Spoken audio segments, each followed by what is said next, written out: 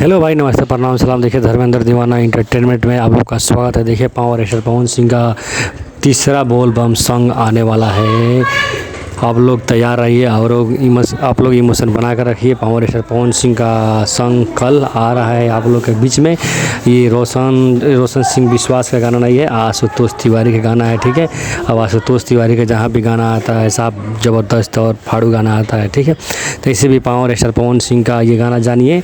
आगे वीडियो में बने रहिए, जानिए किस कंपनी से आने वाला है। देखिए, पावर स्टार पवन सिंह का ये गाना वेब कंपनी से आने वाला है, और वेब कंपनी से आने का मतलब कि ट्रेंडिंग का चक्का जाम होने वाला है, ठीक है।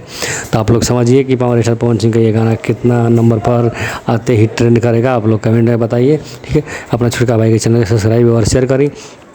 अपन दुलार प्यार बना कर रखिए, और पावर स्टार पवन सिंह के गाना सुने खातिर कल का इंतज़ार करिए। और कल 6 बजे, कल 5:45 में गाना ये रिलीज़ हो जाएगा, ठीक है।